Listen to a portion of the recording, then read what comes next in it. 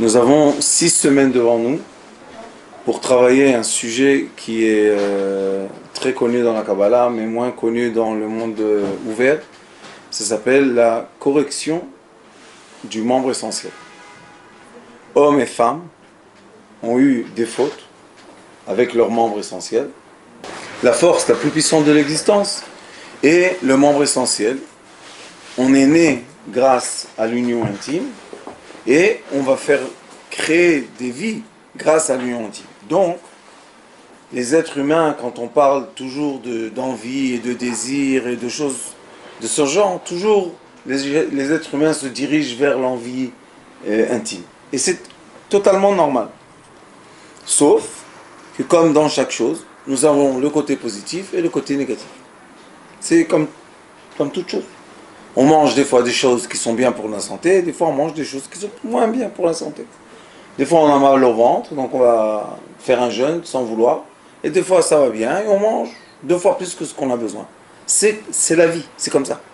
Maintenant, comme on sait que c'est comme ça, et on sait que le peuple d'Israël a représenté le membre essentiel quand il est descendu en Égypte, qui représente le membre essentiel féminin, et le peuple d'Israël a représenté le membre essentiel masculin, et à la sortie d'Égypte, qui commence Shmot, ça veut dire que maintenant il y a un moment qui nous permet de se délivrer, d'avoir la délivrance de cette envie, pas l'envie positive de la mitzvah, mais des envies négatives de la mitzvah. Par exemple, une femme est venue me voir, mariée, et avant qu'elle se marie, 2 ans avant, elle avait un petit copain qu'elle était folle amoureuse de lui. Maintenant, elle est mariée. Et étant mariée, elle a accouché un enfant, et au milieu de l'accouchement, il lui est venu dans la tête. Et depuis, il la quitte plus. Maintenant, elle se pose une question. Est-ce que je suis intime avec mon mari, ou je suis intime avec lui? Parce que quand son mari fait avec elle l'amour, elle voit dans son imagination l'autre. Et il y a des histoires à l'envers. Que l'homme fait l'amour avec sa femme et il voit une autre femme. Donc il y a beaucoup de problèmes dans cette histoire. Et ce que nous on doit savoir, c'est que c'est impossible de dire qu'il y a un problème s'il n'y a pas la remède du problème. C'est impossible de dire que on est en train de faire une action et on ne pourra pas réparer cette action. C'est interdit de penser comme ça. Chaque action qu'on fait, on peut la réparer. Et c'est pour ça qu'on a 6 semaines maintenant, qui est contre Vav, en hébreu Vav, 6. Et Vav, c'est le membre essentiel. C'est Chesed Gvura, Tiferet, Netzachod, Yesod. Le Yesod qui est le membre essentiel est la 6e attribut des 7 attributs inférieurs. Donc, on a 6 semaines, Shovavim. Et dans ces 6 semaines-là, on peut tout réparer. C'est un moment, on va ouvrir, c'est comme une fenêtre qui s'ouvre. Et dans cette fenêtre-là, on élimine tous les démons qui sont autour de nous. Ce que je veux vous dire aujourd'hui, et qui est 1 semaine avant le moment qu'on peut commencer à réparer, c'est 2 choses importantes. La première chose, c'est que, comme les gens normaux ne savent pas comment réparer ce problème, donc qu'est-ce qu'ils font? Ils s'adressent à des rabbins et ils donnent le pidyon nefesh, ils payent de l'argent, et cet argent-là rachète le sang des tzadikim, que eux ils font le ta'anit pour nous et tout ce qu'il faut. Ça c'est une chose. La deuxième chose est que pendant beaucoup de générations, malheureusement, on ne parle pas de la réparation du tikkun abrit de la femme. Tout le monde, tout le temps, accuse l'homme. Et d'après le Hari HaKadosh, et d'après le Zohar HaKadosh, la faute n'est pas seulement chez l'homme. Aussi la femme a cette faute. Qu'est-ce qu'il dit le Hari HaKadosh? Je lis Shara Kavanot, Drush Halayla. C'est un livre qui explique les Kavanot, comment avoir les bonnes attentions en faisant beaucoup de choses. Et Drush Halayla, c'est quand on dit Kriyat Shema, les démons qu'on a créés nous-mêmes par les pensées qui ne sont pas avec notre femme, les actions qui n'ont pas été avec notre femme. Malheureusement, des fois, même quand on est marié, il y a le liquide masculin qui sort. Ça, c'est pour l'homme. Mais pour la femme, il y a exactement les mêmes problèmes. Elle a exactement les mêmes problèmes. Le Ari Akadosh dit qu'il y a 6 interdictions. Quelles sont les interdictions? Aller avec un animal, aller avec un homme, faire le liquide sortir tout seul, aller avec la femme d'un autre, aller avec une femme qui n'est pas de ton origine, et Mishkav, animal, on dit, Nida, et être avec une femme Nida, une femme qui ne se purifie pas pour son mari. Ça, c'est 6 interdictions. Mais quand vous regardez ces interdictions, vous avez la même chose. Il y a l'interdiction de la femme d'emmener un animal sur elle. Comme nous, on a interdit de rentrer dans un animal, elle a l'interdiction de faire pénétrer un animal dans son corps. Et les gens pensent que ça n'existe pas, mais malheureusement, ça existe. Aller avec un homme ou avec une autre femme. L'homme a l'interdiction d'être avec un homme, la femme a l'interdiction d'être avec une femme. Être avec un homme marié. C'est comme nous, l'homme, il n'a pas le droit d'être avec une femme mariée. Faire sortir le liquide masculin, elle a un liquide féminin qu'elle fait sortir quand elle est toute seule. Et à la fin, se donner à un homme quand elle est nida. Elle doit elle-même se préserver de se donner quand elle est nida. Très simple, d'accord? Donc on voit qu'il y a un équilibre. Comme nous, on a les fautes, eux, elles ont des fautes aussi. Et aucun homme peut fauter s'il n'y a pas devant lui quelqu'un. Donc, la faute que la femme fait ou la faute que l'homme fasse, c'est la même chose. Et là, le Ari Akadosh, c'est lui qui va nous dire, dans un texte, il va nous dire Venimtza, ki ikar tikun, ou sheikhaven la'amit al yedei kriyat shma she'al mitato, otam gufim shel mazikim. Qu'est-ce qu'il veut dire? Chaque fois qu'on a eu des relations invisibles, je préfère les appeler comme ça parce que ça ne sert à rien de rentrer dans les détails. Quand on a eu des relations invisibles, ça veut dire qu'en face de nous, on n'a pas eu une femme ou une autre femme. On a fait naître des entités. Maintenant, ces entités-là sont en train de nous contourner.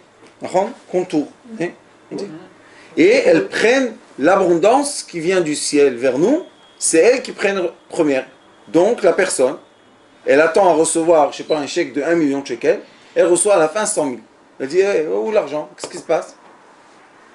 Comment il s'est dépensé? Et il se dépense. Et on se dit, où? Pourquoi? Hey, qu'est-ce qu'il y a? Vous connaissez? Quand on dit, il n'y a pas de bracha, c'est-à-dire que l'argent ne se colle pas à ma main. Il vient, il sort, il vient, il sort. C'est qui? C'est les entités qui le prennent. Alors maintenant, on a 6 semaines pour rectifier ça. Très simple. On peut tous les nuits rectifier. Quand on dit Kriyat Shema avant de dormir, on les élimine. Mais maintenant, c'est un moment qui est capable, c'est un moment qui est fait pour.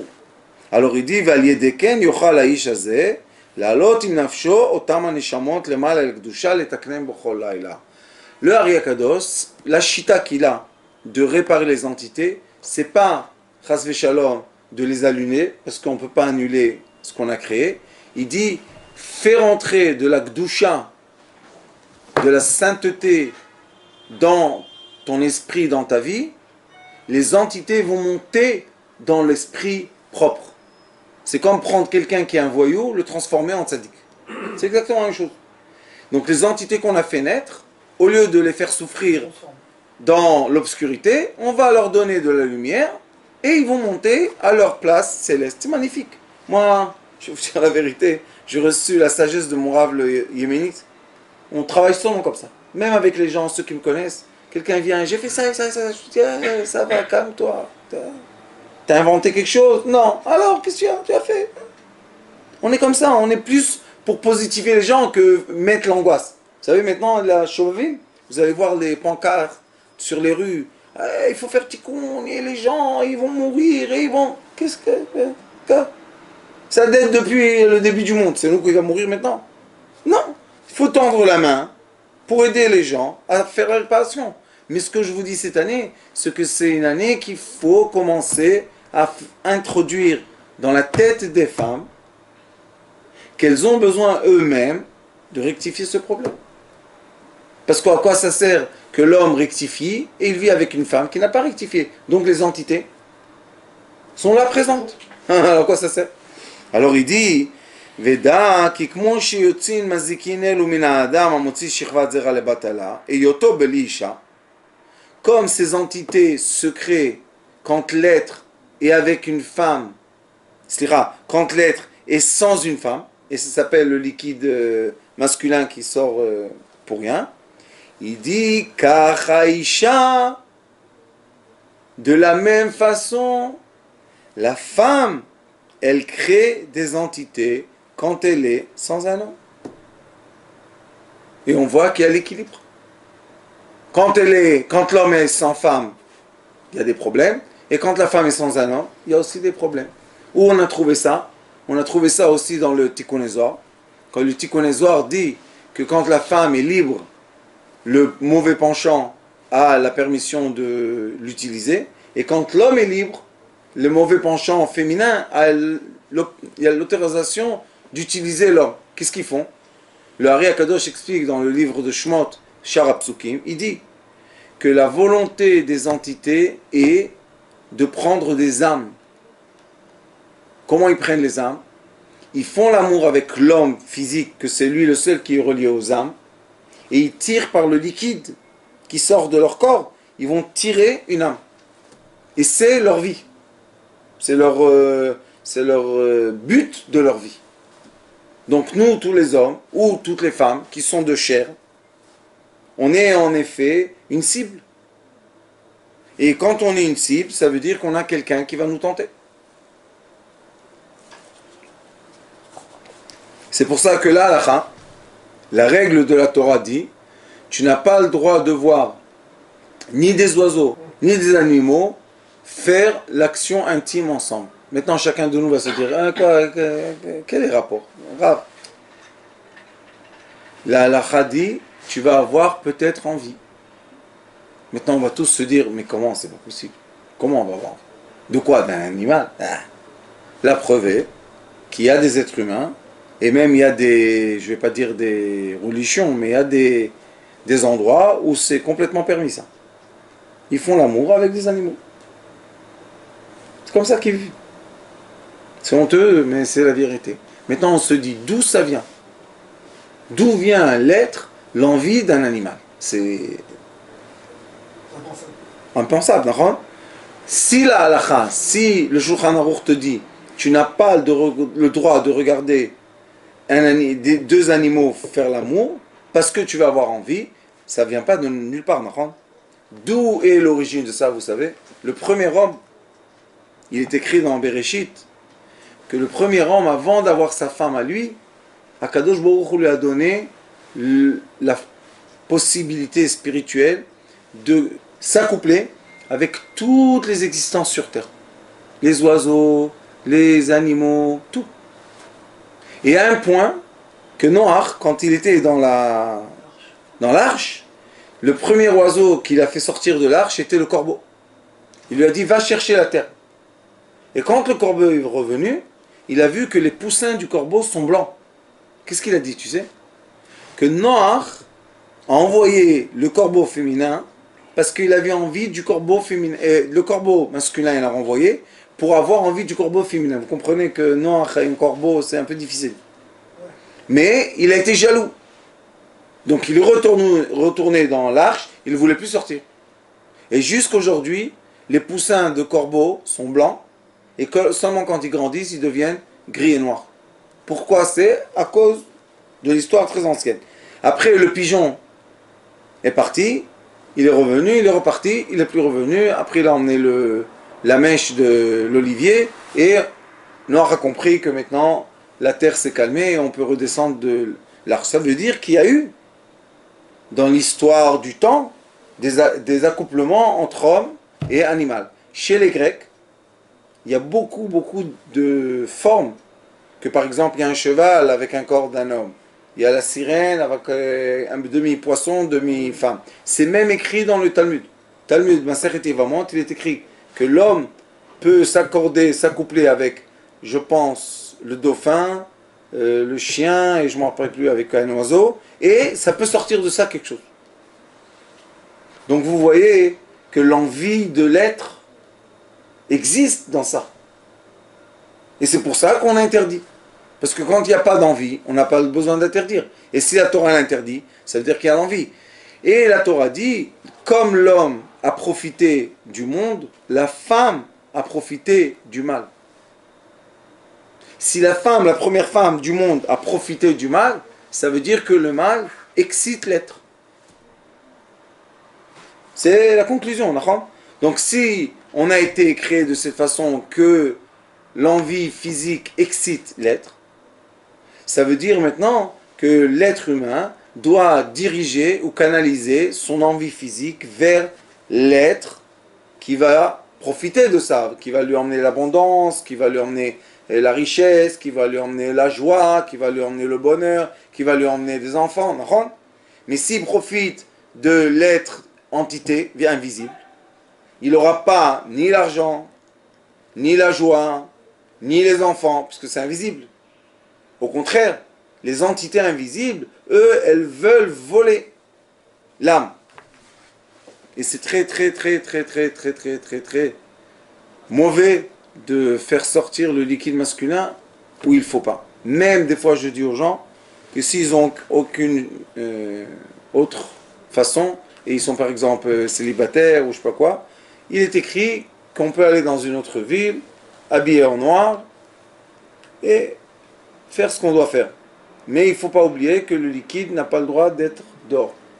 Seulement, top. Alors il dit, et la femme, Vezen irmaz bepasuk, il y a un pasuk dans Teilim, Lo teune elecha ra, venega lo ekrav bo alecha. Et ce pasuk-là, il dit, Otzelomar, Lo teune elecha ra, shata zachar, ara shi eshet znunim. Ça veut dire quoi? Que le mal de l'homme, c'est la femme invisible, c'est la femme du démon. Elle a un nom. Venega, et quand on dit nega, c'est le démon, lui, l'homme, le masculin, le ekrabo alecha, shi eshtecha, qui ne s'approche pas à la tente. Et les tentes, quand on dit une tente, c'est toujours Oel Sarah, Oel Shuvolo Alechem, ça veut dire retourner vers vos femmes quand il y a eu le mont Sinaï, quand on a reçu la Torah. Après qu'on a reçu la Torah, tout de suite la première chose qu'Akadosh Baruch Hu a dit, c'est retournez vite dans vos tentes pour être avec votre femme. Pourquoi? Parce que je vous ai demandé de vous séparer 3 jours. D'accord? Il y a 3 jours de limite avant de recevoir la Torah. Il y a 3 jours avant Shavuot, il y a 3 jours qu'on est limité, qu'on n'a pas le droit d'être avec sa femme. Mais qu'est-ce qu'il dit tout de suite après qu'on a reçu la Torah? Va vite dans ta tente. Qu'est-ce que veut représenter la tente? La tente représente la femme. Ça veut dire, va vite récupérer ta femme. Pourquoi? Parce qu'on sait que le liquide masculin vit à une longueur de vie dans le corps de la femme 72 heures. 72 heures, c'est Ain Bet. 72, c'est le chesed. Ça veut dire que le chesed de l'homme, la miséricorde de l'homme, adoucit la rigueur de la femme. Mais si on dépasse les 72 heures, et on n'est pas avec elle, la rigueur commence à prendre le dessus. Et là, on commence à recevoir les caractères difficiles, et les femmes disent des choses qui ne sont pas placées, et elles s'énervent, et tout ça. Et moi, je dis au couple, mais tu sais qu'est-ce qu'elle veut, Nahon? Alors pourquoi tu ne fais pas? Je suis fatigué, j'ai pas le temps, qu'elle arrête, qu'elle me laisse tranquille, qu'elle me fasse ça, comme ça. Je dis, alors pourquoi tu es marié avec elle? Divorce-toi. Laisse-la avoir quelqu'un qui lui donne ce qu'elle a besoin. Et les sages disent que 2 fois par semaine, c'est minimum. Parce qu'on ne doit pas passer 3 jours. La laisser 3 jours sec. On doit tout le temps la nourrir. Et si la femme a ce besoin tellement fort, si elle n'est pas avec un homme, il faut comprendre tout seul qu'il y a une relation avec une entité. Et malheureusement, le monde occidental, pendant plusieurs ou trop d'années, je pense, enseigne aux gens de se profiter tout seul. Dans les films, dans les publicités, dans comment dire, l'environnement, l'ambiance, c'est qu'on peut être tout seul, on peut profiter tout seul, on peut voir tout seul, on peut faire tout seul, on peut jouir tout seul. Tout ça, c'est un grand problème. Parce que c'est jamais tout seul, c'est toujours avec ou un homme, une femme, est entité. Et nous, ce qu'on veut faire, c'est, comme on est arrivé à la conscience qu'on veut avoir cette vie de couple ou cette vie intime alignée comme il faut pour profiter, sinon on ne profite pas. Et si on veut profiter, on veut effacer toutes les entités qui sont preuves de actions qu'on a fait qui étaient négatives. Et ça s'appelle Shovavim. Shovu elai va shovu elechem. Revenez vers moi et je reviendrai vers vous. Et la façon la plus belle de réparer ces choses-là, c'est attirer de la lumière. Ça veut dire que je sais que dans les relations intimes, j'ai eu des relations avec l'obscurité. Et maintenant, je veux dévoiler la lumière qui est derrière l'obscurité. Est-ce que je peux lever le voile ou pas? C'est ça la question. Et la réponse est, oui, on peut lever le voile. Il y a 6 semaines par an qui s'appellent les Shovavim, 6 semaines par an, qui sont des 6 semaines capables à faire ça. Et ces 6 semaines-là ne sont pas par hasard. Tevet Shvat. 1 mois et demi avant Hadar. Pourquoi? Le mois de Hadar, ça s'appelle Mishenichnas Hadar Marbim Besimcha. Quand le mois de Hadar rentre, on doit accélérer la joie, augmenter la joie. Les sages nous expliquent pourquoi une personne n'a pas de joie. Parce que malheureusement, il a beaucoup d'enfants qui sont des entités, qui lui pompent de l'énergie, et cette énergie va dans l'obscurité. Donc la personne est liée à l'obscurité, et dans l'obscurité, il n'y a pas de joie. Alors qu'est-ce qu'on fait? On fait la délivrance de l'être humain, des entités qui veulent l'enterrer dans l'obscurité, on lève le voile, et l'être humain se retrouve dans la lumière, dans le bonheur et dans la joie. C'est le but de ces 6 semaines qu'on fait lundi et jeudi jeûne, et il y a des prières qu'on fait. Nous, Baruch Hashem, on fait Tikkun Lamed, on trempe dans les 4 mers d'Israël, on trempe dans le lac de Tibériade à l'aube, après on va à la mer Méditerranée, Givat Olga, et après ça on fait là-bas la prière, et après on va à la mer Morte, et de la mer Morte, on va à la mer Rouge. Pourquoi tout ça? La mer Méditerranée, le lac de Tibériade représente la douceur. C'est pour ça que l'eau du lac de Tibériade est douce. Cette eau-là, on l'équilibre avec un peu de sel, mais qui est la mer Méditerranée, qui est encore un peu salée, pas trop salée. Après, il y a une mer qui s'appelle la mer Morte. C'est pas pour rien qu'elle s'appelle la mer Morte. C'est tout ce qu'on trempe dans cette mer meurt. Ça veut dire que quand je trempe dans la mer salée et amère, qui est la mer Morte, je laisse là-bas tout ce qui sont les parties mortes de mon existence. C'est magnifique. Donc je peux laisser là-bas toutes les entités et tout ce qui m'embête, puisque quand on trempe dans l'eau, on se purifie. Mais vous voyez qu'il y a des degrés de purification. Et après, on va à la mer Rouge. La mer Rouge s'appelle aussi la mer Souf, Yam Souf. Sof en hébreu, Souf, Sof, c'est la fin. Explique le Ari Akadosh dans beaucoup d'endroits, il dit pourquoi la mer de la fin s'appelle la mer de la fin? Parce que le peuple d'Israël s'est délivré du sorcellerie de l'Égypte quand il a passé par la mer de la fin. Il est rentré dans la mer de la fin, il est ressorti et il est sorti nouveau. Il est sorti qu'il n'est plus un esclave. Il est sorti qu'il n'a plus beaucoup de problèmes. Donc nous, à la fin, la fin de la journée, avant que on ait le coucher du soleil, on trempe dans la mer Rouge et ça s'appelle la mer de la fin. Et quand on sort de cette mer, on est dans le début d'une nouvelle sphère qui nous entoure. Cette année, Bezrat Hashem, le 10, la nuit, janvier, et le 11, toute la journée, on va faire ce Tikkun Lamed et on va finir chez un grand ami à Sitre Chaim, Jérémy, et à Eilat, il va nous faire une grande souda. On va aussi fêter les 500 000 vues. On a dépassé les 500 000 vues sur YouTube grâce à notre cher ami Chai Aaron. Et tout cela pour faire quoi? Pour fêter la délivrance de l'être.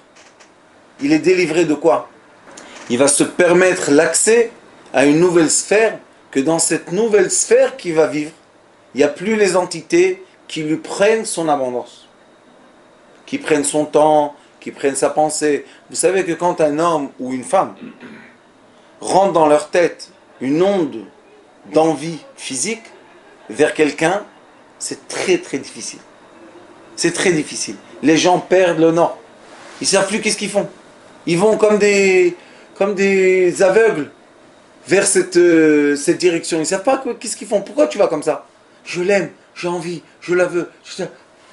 Cette personne-là, est-ce une personne libre ou c'est une personne envoûtée? Si elle n'a plus de libre arbitre, elle est plus libre. Et nous, on veut que même quand on est en mariage, le mariage soit un mariage libre de quoi? De force. Je t'aime. On s'est compris? Oui, ça suffit. On va pas toute la journée. Est-ce que tu m'aimes? Tu m'aimes vraiment? C'est vrai? Non. C'est moi? Peut-être c'est pas moi. Tu es sûr que tu as... Chut. On s'aime, point la ligne. Maintenant on vit. Mais quand c'est avec les entités, ça commence. Elle veut pas. Je m'approche, je me rapproche pas. Elle m'aime, je fais comme ça. Et j'ai des gens, malheureusement, qui sont très doués, qui ont la main d'être riches. Ils s'attrapent, ils s'accrochent à une femme. Et la femme, elle commence à les tourner. Le pauvre, il perd son temps. Il perd son temps. Je dis, pourquoi tu vas vers elle seulement? Va vers une autre. Il n'est pas marié. Il peut chercher une autre femme. Je peux pas. Je peux pas. C'est comme ça. Je peux pas. Ça veut dire que malheureusement, il est pris par un détour. Ça veut dire que la force qui est là-bas n'est pas une force équilibrée. Et si ce n'est pas une force équilibrée et que la personne n'arrête pas de fantasmer de l'autre femme, il est lié avec elle un fil invisible. Et maintenant, ils sont accrochés les uns les autres. Donc, on a deux esclaves. On a deux personnes qui sont esclaves. Est-ce qu'on peut, en étant esclave, se rapprocher de notre âme? Non, puisqu'on donne nos sentiments à l'esclavage. Mais si je suis libre, et j'ai un amour libre, que je sais que ma femme elle-même, point à la ligne, on n'en parle plus. On ne remet plus en question ça. Qu'est-ce qu'on fait? On évolue notre amour, on évolue nos relations, on évolue notre intimité, on étudie de plus en plus comment faire et quoi faire, qu'est-ce qu'il faut faire.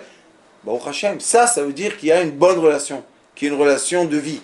Mais quand, malheureusement, cette relation-là n'est pas en équilibre, maintenant il y a les doutes. Et quand il y a les doutes, on permet aux entités de nous approcher. Pourquoi? On est mélancolique, on est nerveux, on crie. Toutes les ouvertures spirituelles qui permettent aux entités de pénétrer la personne. Et ça, c'est très dangereux. Parce que les entités, il faut savoir, elles ont un but. De faire plaisir au maximum pour prendre le liquide. À la femme et à l'homme. Et si cette année, Baruch Hashem, les femmes aussi vont commencer à faire cette réparation de 6 semaines, maintenant on va commencer à avoir dans le monde un équilibre de quoi? Féminin, masculin, que les deux veulent se libérer de quoi? Des forces des entités. Et là on peut avoir des rencontres d'être humain à être humain. Et non pas rencontre d'être humain féminin avec une entité masculine, ou bien un être humain masculin avec une entité féminine. Ça fait du mal dans le monde. La preuve est qu'il y a déjà des pays sur Terre que la population ne peut plus se rattraper. À force d'être seul, une génération, deuxième génération, la troisième génération n'arrive plus à rattraper. C'est le Japon, c'est le Corée, c'est l'Europe. Il y a 3-4 pays en Europe que c'est fini. Comme il n'y a plus de mariage, il n'y a plus d'enfants, ça ne se rattrape plus, il n'y a plus de naissance. S'il n'y a plus de naissance, il n'y a plus rien à faire. Donc quand on est dans la solitude, on est dans la destruction de quoi? Du monde. Si on détruit le monde en général, ça veut dire qu'on a détruit le monde personnel. Et c'est quelque chose de très naturel que l'être humain, homme ou femme, veulent des descendances. C'est naturel. Ou bien que l'homme et la femme veulent un couple, veulent avoir quelqu'un à côté d'eux, à leur côté. Le Shlomo HaMelech, le roi Salomon dit, pourquoi il faut deux? Quand un tombe, l'autre le relève. Quand l'autre tombe, l'autre le relève. Mais quand tu es tout seul, tu tombes, qui te relève? Personne ne te relève. Et surtout pas les entités. Alors ici, il y a toute une étude qui explique, on ne va pas étudier tout ça parce que c'est très très long, mais il y a toute une étude du Rav, du Ari Akadosh, qui dit qu'il faut faire très très attention de ne pas être connecté ni femme ni homme aux entités invisibles. Et Bezrat Hashem, j'espère qu'on va avoir beaucoup de participants qui vont partager avec nous ce tikkun magnifique, hommes et femmes. Et on va faire, vous pouvez envoyer les noms, donner les noms et donner le pidyon. Et tous les jeudis, je fais un tikkun de tikkun abrit. Et Bezrat Hashem, qu'on sorte de ces 6 semaines et on rentre au Hadar vraiment en joie. Pourquoi? Parce qu'on est libre de tout ce qui pèse sur nous et qui est invisible. Baruch Adonai l'olam. Amen. Amen.